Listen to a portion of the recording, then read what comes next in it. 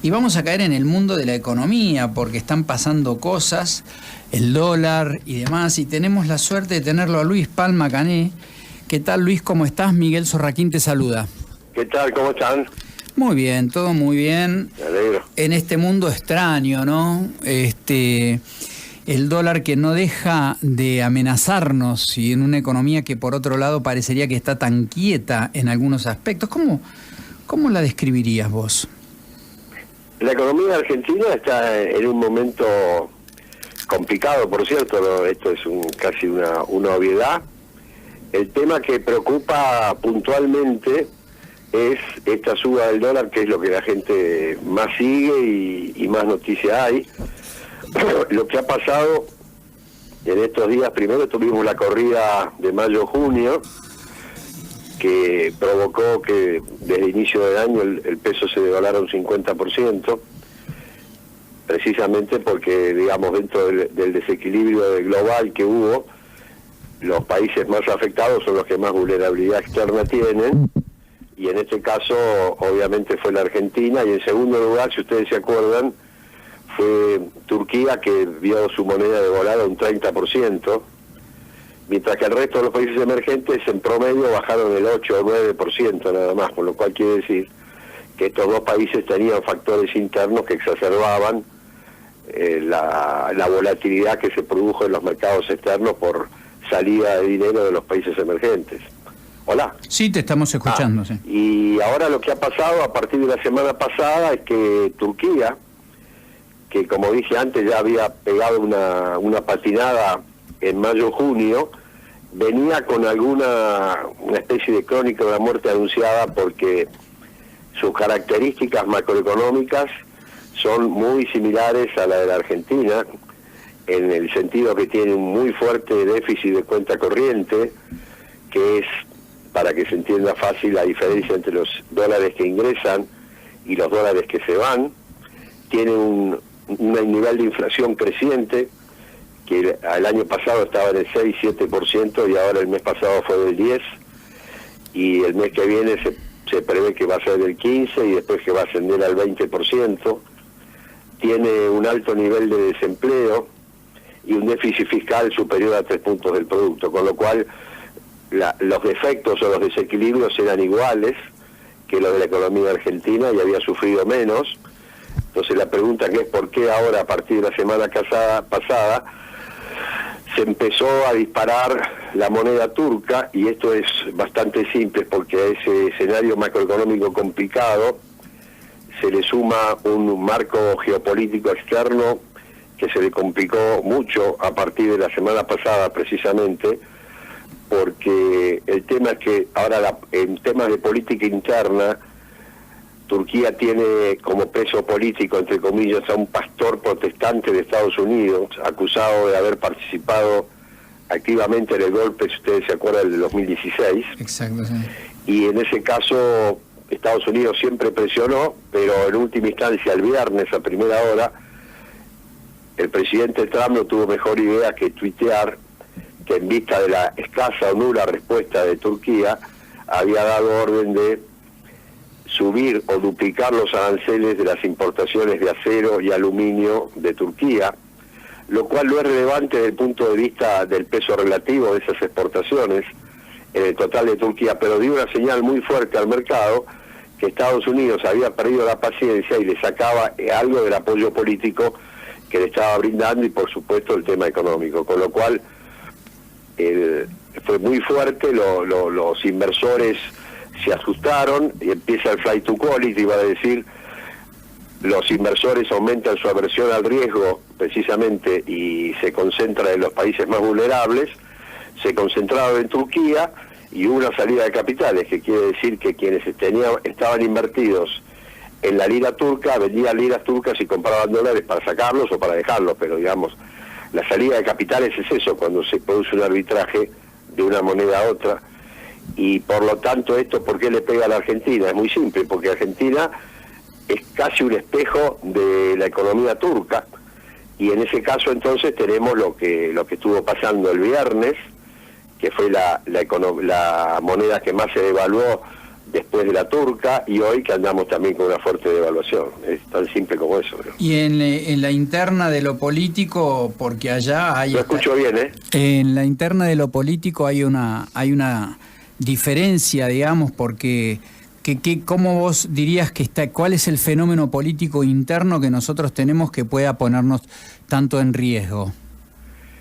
Yo diría que Turquía también tiene, hasta yo lo mencioné, pero tiene un conflicto interno muy grande, porque también hay que recordar que Erdogan, que es el presidente que tiene el mando desde el año 2002-2003, ha asumido la presidencia con un cambio constitucional que le da prácticamente plenos poderes, y tiene una oposición muy fuerte hasta el punto del golpe militar del 2016, que algunos dicen que es un autogolpe, y por lo tanto esa inestabilidad política que tiene el presidente Erdogan, cómo se compadece, digamos, cómo se compara, me decías vos, seguramente con el escenario interno acá de la Argentina. Claro, porque... Bueno, es bastante simple también, porque el escenario político argentino se ha complicado mucho, primero por el escenario macroeconómico, ¿no es cierto?, de la inflación, el déficit de cuenta corriente, etcétera,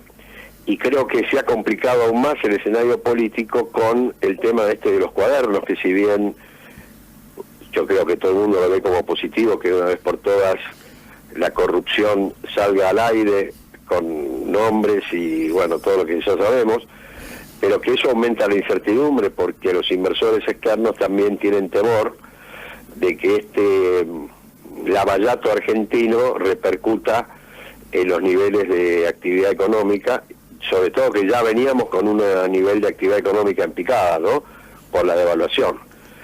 De manera que ambos escenarios políticos, el turco por una manera y el argentino por otra, lo que hacen es de alguna manera exacerbar el desequilibrio externo que tienen ambas economías. Ahora, hoy Cristina fue a declarar y pidió que los militantes no vayan y mostró todo ese fenómeno. Uno se pone a ver quiénes son aquellas personas que puedan llegar a tener un interés económico en el fenómeno de Cristina, dado que ya sabemos lo que los cuadernos tienen y demás, y seguramente debe haber muchos intereses económicos dando vuelta por ahí, tratando de que haya también algún tipo de cambio, y pueden llegar a jugar en el mercado. De hecho, si uno ve lo que supuestamente el kirchnerismo se llevó, esos fondos estarán en algún lado, no solamente en bolsas, en pozos en el sur, sino que deben estar siendo fondos buitres que pueden estar influenciando la economía. ¿Esto es así o estoy diciendo cualquier cosa? La verdad que no entendí bien. A ver si lo puedo, a lo que yo puedo entender lo que me dijiste. El tipo de dólar tiene un elemento de oferta y demanda. Claro. Y que el dólar esté disparándose, ¿a quién le beneficia? Y si yo tengo un operador económico, un operador económico que tiene un recurso tan grande guardado en su mundo buitre, de alguna forma podría estar especulando con ese dólar, porque tiene una dimensión política enorme.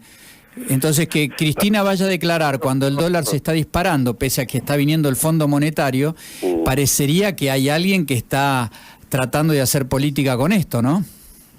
La verdad que es posible, pero le adjudico muy baja probabilidad que esté pasando eso ahora, ¿no? Yo creo que ahora el factor básico son el factor externo que gatilla el desequilibrio externo, y ahí se traduce en una corrida contra el peso. ¿A quién le favorece? En principio no le favorece a nadie. Puede decir uno, bueno, los exportadores se ponen más competitivos, etcétera, pero esto es pan para hoy, hambre para mañana, porque en la Argentina las devaluaciones, normalmente en el mediano y largo plazo, la devaluación del dólar en términos nominales va a precios, con lo cual esa ventaja competitiva se pierde. De modo que ante la pregunta en concreto no creo que haya una maniobra de buitres, etcétera, y tampoco creo que sea beneficioso para nadie, de todas maneras, ¿no? Obviamente. El dólar lo que tendríamos que evitar, y creo que el Fondo Monetario ha sido muy claro en ese sentido, que el dólar no se puede seguir atrasando respecto a la inflación, porque después tenemos otra crisis como tuvimos en la corrida de mayo-junio, ¿no? O sea que nadie tiene que asustarse si el dólar va caminando lentamente hacia arriba en paralelo con la inflación. Lo que pasa que lo que es muy negativo para el sentimiento del inversor y del consumidor son estos saltos tipo escalera, ¿no? Claro, en el mundo hoy lo que se pretende es que los tipos de cambio se muevan, pero muy lentamente en función de las distintas variables monetarias que los afectan. Claro, porque de alguna forma la actividad es muy baja y la inflación, ¿cómo se podría justificar? ¿Por qué tenemos tanta inflación? Pues sigue habiendo mucha emisión y mucho gasto por un lugar que no tiene contrapartida productiva, ¿verdad? Así es. Entonces, por eso es que el objetivo del presupuesto 2019, que es donde se juega el gran partido de este gobierno, es bajar el déficit de 2,7 puntos del producto, que son más o menos 15.000 millones de dólares, a 1,3 el año que viene, que son más o menos 6.500, 7.000 millones de dólares, y llegar al equilibrio del año 2000, porque lo que yo creo que no está fuera de toda discusión es que la crisis que vive este país de los últimos 70 años es por la corporación política gastadora, que siempre pretende gastar más de lo que ingresa, y entonces con ese fuerte déficit fiscal que ha tenido la Argentina en promedio, lo que pasa es que entonces hay que financiarlo con emisión monetaria o con dólares de afuera, pero los dólares de afuera hay que venderlos en pesos, entonces de nuevo se exacerba todo el mercado monetario en moneda doméstica y ahí está el problema de la inflación, ¿no es cierto? O sea, no hay manera de bajar la inflación si no se baja el déficit, ¿no? Obviamente, y a lo mejor es preferible gastar en algunas cosas ahora y tener inflación ahora y vivir un buen momento en el segundo semestre del año que viene, por el tema de las elecciones, digo, ¿no? Sí, eso es claramente una especulación política, ¿no? Que evidentemente y lamentablemente casi siempre ha sido así, pero desde el punto de vista estrictamente económico no sería una buena política, una buena estrategia. Hay que bajar como sea, y va a llegar mucho mejor con una muy baja de inflación y con menor gasto, ¿no? Bueno, Luis, te agradecemos muchísimo el contacto, ¿eh? Bueno, por favor, hasta luego. Un abrazo.